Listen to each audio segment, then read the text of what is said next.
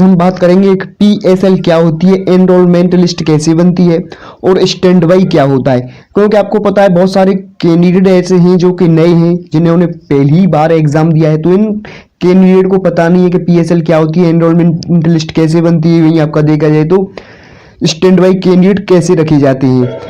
तो जितने भी आपके डाउट हैं आई होप इस वीडियो से क्लियर होने वाले हैं। तो जो कैंडिडेट अपना मेडिकल एग्जाम क्लियर कर चुके हैं, ग्रीन कार्ड पा चुके हैं, तो उनको पीएसएल का इंतजार है। और पीएसएल के बाद आपका एनरोलमेंट लिस्ट आएगी और एनरोलमेंट लिस्ट में आपका स्टैंड बाई कैंडिडेट भी रखे जाएंगे और मेन वे भी रखे जाएंगे।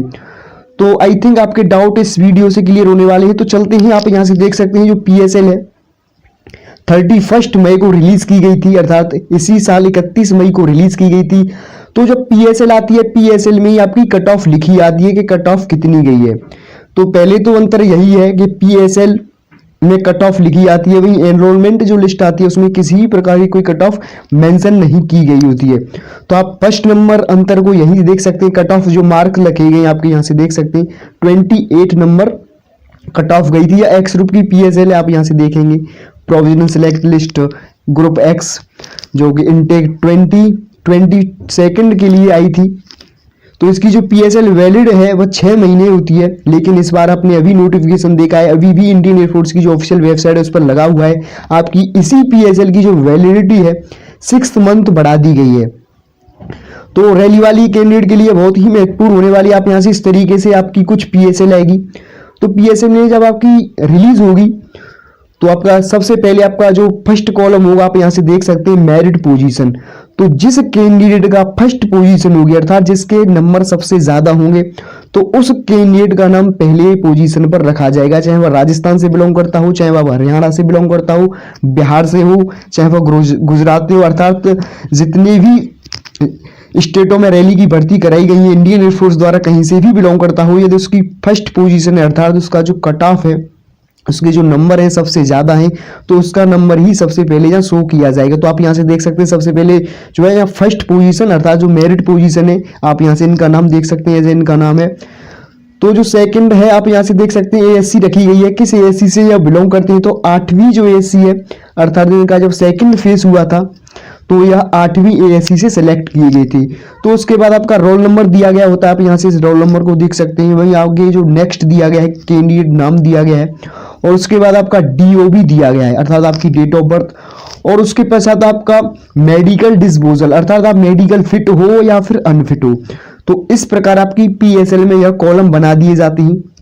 तो पीएसएल में एक और अंतर मैं आपको बताऊंगा, पीएसएल और एनरोलमेंट लिस्ट में आपकी जो पीएसएल रिलीज होती है आप यहां से देख पाएंगे, इसमें वह कैंडिडेट भी रखे गए हैं जो कि फिट तो खैर रखे जाएंगे, वह भी कैंडिडेट रखे गए हैं। उन कैंडिडेट का इसमें नाम मेंशन किया गया है जो मेडिकल अनफिट है। आप यहां से देख सकते हैं जो मेरिट पोजीशन है इन कैंडिडेट की 7वीं है, वही ऐसी 5वीं से सिलेक्ट किए गए थे। इनका आप यहां से नाम भी देख सकते हैं, महेंद्र सिंह भाटी, जो कि मेडिकल अनफिट हैं।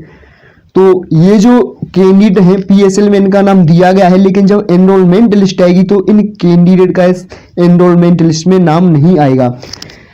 जो आपकी पीएसएल रिलीज होती है, पीएसएल में आपका मेडिकल फिट हो चाहे अनफिट हो, वह केवल उन कैंडिडेट को वहां से सिलेक्ट करते हैं जिनका जो नाम है कट ऑफ से ज्यादा हो, उनके जो नंबर है कट ऑफ से ज्यादा, अर्थात आपकी जो कट ऑफ कितनी गई है 28 नंबर गई है, उनको इससे कोई लेना देना नहीं है कि यह कैंडिडेट फिट है या फिर अनफिट है।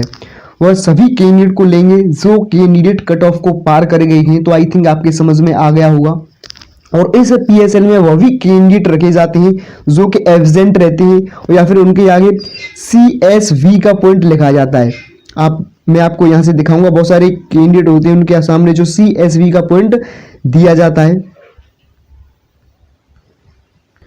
तो आप यहां से देख सकते हैं जो रिमार्क वाला कॉलम बनाया गया है, रिमार्क में आपका CSV यहां पॉइंट मेंशन किया गया है। आप यहां से इन जो कैंडिडेट हैं इनकी जो मेरिट पोजीशन है 141वीं नंबर है, इनकी जो रैंक है 141वीं रैंक बनी है, वही ये 4थी एएससी से सिलेक्ट किए गए थे। आप यहां से इनका रोल नंबर भी देख सकते हैं, आप यहां से इनका नाम भी देख सकते हैं, आकाश कुमार, वही डेट ऑफ बर्थ दी गई है, और वही जो मेडिकल है फिट किए गए हैं।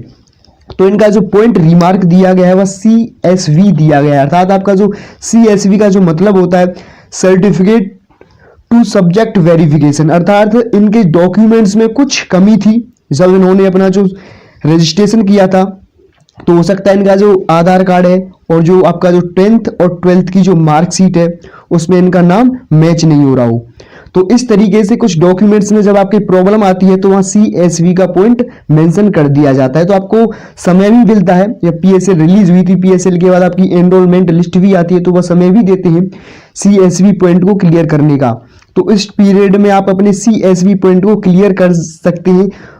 तो आप यदि इनको CSV का पॉइंट है, यदि इनको CSV का पॉइंट क्लियर करना है तो क्या करना होगा, सबसे पहले इनको जिस ASC से ये सिलेक्ट किए गए थे उसी ASC पर इनको जाना होगा और वो सारे डॉक्यूमेंट्स दिखाने होंगे जो इन्होंने जब ऑनलाइन रजिस्ट्रेशन फॉर्म जमा किया था, और वो सब आपका आधार कार्ड, आपका जो 10th और 12th की जो मार्कशीट है उसमें जितने भी नाम होते हैं, DOB होती है, सब एकदम सेम होना चाहिए। तो ये वहां से अब जिनको दिखा देंगे तो एनरोलमेंट लिस्ट में इनका कोई रिमार्क बन के नहीं आएगा और इनका जो नाम है आराम से उसमें आ जाएगा। तो आई थिंक आपके समझ में आ चुका होगा CSV क्या होता है। तो PSL में वो सभी कैंडिडेट शामिल कर लिए जाते हैं जो कि मेरिट में तो आते हैं, कट ऑफ में तो आ जाते हैं। आपने देखा था कि ऐसा कैंडिडेट भी था जिसकी जो मेरिट पोजीशन है 7वीं बन रही है, महेंद्र सिंह भाटी, लेकिन जो मेडिकल अनफिट है तो उस कैंडिडेट को वह एनरोलमेंट लिस्ट से बाहर कर देंगे। उससे ये फर्क नहीं पड़ता है उसकी मेरिट पोजीशन कौन सी है, क्योंकि वह मेडिकल अनफिट है।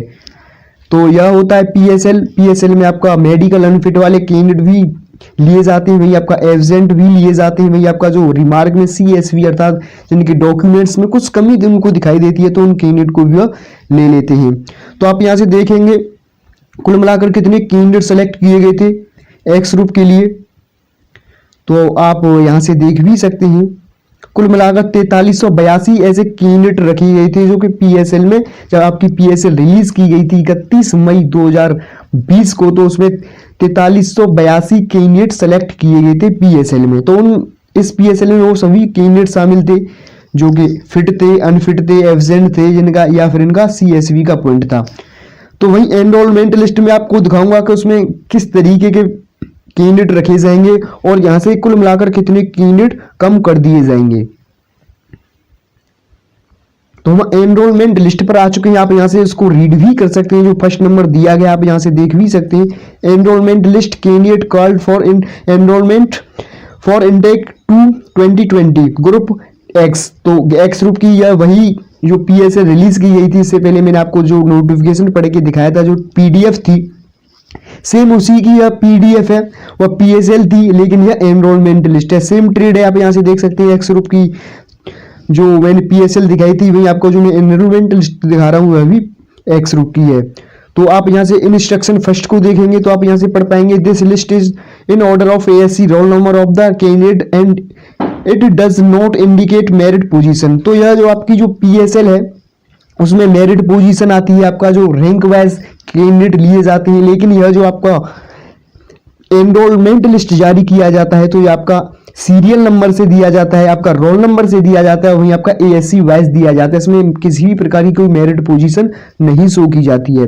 तो इसमें आपका आपने यहां से देख भी लिया है कि रोल नंबर वाइज और आपका ASC वाइज कैंडिडेट के नाम शो किए जाते हैं। तो आप यहां से देख भी सकते हैं, इसमें यहां से जो फर्स्ट कॉलम है उसमें लिखा हुआ है सीरियल नंबर, वही आपका जो नेक्स्ट है ASC, roll number, candidate name, DOB, called as, reporting training institute और रिपोर्टिंग डेट और रिमार्क।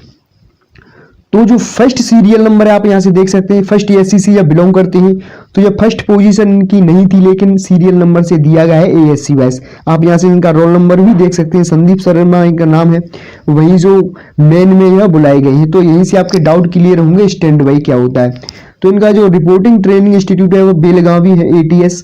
तो इस बार क्या हुआ था कि कोरोना वायरस की वजह से आपको सीधा बेलगांव ही रिपोर्टिंग करना था, लेकिन पिछली बार क्या होता था, कोरोना वायरस से पहले जब आपकी रिपोर्टिंग होती थी, जब आप एनरोलमेंट कर लिए जाते थे इंडियन एयरफोर्स द्वारा, तो वह अपनी ASC पर ही आपको बुलाते थे। जैसा कि मैंने आपको दिखाया था, यदि किसी कैंडिडेट है, कोई कैंडिडेट है, आप यहाँ से संदीप शर्मा को ही देख सकते हैं, तो यह एनरोल किया गया है। यदि कोरोना नहीं होता तो उसको रिपोर्टिंग अपनी फर्स्ट ASC पर ही रिपोर्टिंग करना होता था, लेकिन ऐसा नहीं हुआ था। कोरोना वायरस की वजह से जो कैंडिडेट है संदीप जो शर्मा है, इसको सीधा बेलगांव ही जाना पड़ा था। यदि कोरोना नहीं होता तो इसको फर्स्ट ASC पर ही जाना पड़ता और वहीं से या ट्रेन के जरिए बेलगांव पहुंचा दिया जाता। तो इस बार ऐसा कुछ नहीं हुआ है। तो आप यहाँ से देख सकते हैं एनरोलमेंट लिस्ट में उन कैंडिडेट के नाम नहीं दिए गए हैं जो मेडिकल अनफिट थे। तो एक यहाँ से एक यह भी अंतर आप यहाँ से देख सकते हैं, अनफिट वाले कैंडिडेट हटा दिए गए हैं, वही रिमार्क वाले कैंडिडेट हटा दिए गए हैं, और जो कैंडिडेट एब्सेंट थे उन कैंडिडेट को भी यहाँ से हटा दिया गया है, रिमूव कर दिया गया है। तो वहीं आप देखेंगे जो मेन आप यहाँ से देख सकते हैं किस में बुलाए गए हैं, मेन में या फिर स्टैंड बाई में। तो स्टैंड बाई में वो कैंडिडेट रखे जाते हैं जिनका जो मेरिट पोजीशन होता है थोड़ा लो होता है, जिनके जो नंबर होते हैं थोड़ा, जो कैंडिडेट होते हैं जो मेन में रखे जाते हैं उनसे थोड़ा कम होते हैं। तो उन कैंडिडेट की जो स्टैंड बाई होती है आप मान सकते हो कि इनकी जो रिपोर्टिंग डेट है 1/7/20 को है, तो इनको 1 तारीख को रिपोर्टिंग करना था, 7वें महीने में जाना था। तो माना कि उस दिन इंडियन एयरफोर्स ने 200 कैंडिडेट बुलाए थे। तो इसमें क्या होगा कि यदि 200 में से 195 कैंडिडेट रिपोर्टिंग करते हैं और 5 कैंडिडेट ऐसे रहते हैं जो एब्सेंट रहते हैं, तो वो क्या करेंगे, स्टैंड बाई वाले से ले लेंगे। तो इस तरीके से आपका वहाँ स्टैंड बाई क्लियर हो जाता है। तो जो कैंडिडेट एब्सेंट रहते हैं उनके स्थान पर जो कैंडिडेट स्टैंड बाई में रखे जाते हैं उनको वहां से उठा लिया जाता है। तो आप यहाँ से देखेंगे कुल मिलाकर एनरोलमेंट लिस्ट में कितने कैंडिडेट के नाम आए थे, वही आपका देखते हैं। आप यहाँ से देख सकते हैं स्टैंड बाई में रखे गए हैं कैंडिडेट। जब आपकी जो एनरोलमेंट लिस्ट आती है तो उसमें जो कैंडिडेट होते हैं स्टैंड बाई रखे जाते हैं और मेन में रखे जाते हैं, लेकिन पीएसएल में इस प्रकार का कोई रिमार्क नहीं दिया गया होता है। तो यह भी एक अंतर है, एनरोलमेंट लिस्ट से ही हमको पता चलता है कि हम मेन में हैं या फिर स्टैंड बाई में रखे गए हैं। वैसे हमें पीएसएल से भी पता लग जाता है, क्योंकि रैंक से पता लग जाता है, जिनकी जो रैंक हाई होती है तो वह मेन में ही आने वाले हैं डेफिनेटली, जैसा कि आपको मालूम है। तो आप यहाँ से देख सकते हैं स्टैंड बाई में कैंडिडेट रखे गए हैं। जब आप नेक्स्ट नंबर को बहुत सारे कैंडिडेट हैं जो स्टैंड बाई में रखे गए हैं, आप यहाँ से देख सकते हैं करीब करीब 250 ऐसे कैंडिडेट थे जो कि स्टैंड बाई में रखे गए थे। और वहीं देखें तो एनरोलमेंट कुल मिलाकर कितने कैंडिडेट किए गए थे, तो आप यहाँ से देख सकते हैं कुल मिलाकर 2880 कैंडिडेट ऐसे रहे कि जो एक एक्स ग्रुप के जो एनरोलमेंट लिस्ट आई थी उसमें रखी गई थी। तो 2880 कैंडिडेट कुल मिलाकर एनरोलमेंट लिस्ट में रखे गए थे। वहीं आपका जो पीएसएल रिलीज हुई थी तो उसमें कुल मिलाकर 4382 कैंडिडेट आए थे। तो आप यहाँ से देख सकते हैं इतनी बड़ी मात्रा में एनरोलमेंट लिस्ट से बाहर कर दिए गए हैं कैंडिडेट। आप 2880 कैंडिडेट एनरोल किए गए हैं, लेकिन पीएसएल में कितने के नाम आए थे, 4382। तो आप यहाँ से देख पाएंगे ये कैंडिडेट इंक्लूड है इसमें, जो कि अनफिट भी हैं, एब्सेंट भी हैं, और बहुत सारे ऐसे कैंडिडेट भी होते हैं जिनको सीएस में पॉइंट होता है, रिमार्क होता है, लेकिन वो अपने पॉइंट को क्लियर नहीं करा पाते हैं। तो 2880 कैंडिडेट का एनरोलमेंट लिस्ट आया था पिछली बार एक्स रू में, और इस बार भी आप यहाँ से लगा सकते हैं कि 2500 प्लस ही आने वाला है एक्स ग्रुप का। और जो भी कैंडिडेट, जिस कैंडिडेट के मन में कोई डाउट अब भी रह गया हो कि पीएसएल क्या होती है, एनरोलमेंट लिस्ट क्या होती है, किस तरीके से आपका स्टैंड बाई क्लियर होता है, तो आप कमेंट में जाकर अपना पूछ सकते हैं। वैसे मैं डिस्क्रिप्शन में अपना व्हाट्सएप नंबर भी दे दूंगा, तो आप वहां से भी अपना डाउट क्लियर कर सकते हैं। तो आई थिंक आपके समझ में आ चुका होगा। मेरे पास अभी वाई ग्रुप की भी एनरोलमेंट लिस्ट है और साथ साथ में जो पीएसएल आई थी उसकी भी है। तो जो भी कैंडिडेट जिसके डाउट हो तो पूछ सकता है। तो आई थिंक आपके समझ में आ ही चुका होगा। तो जो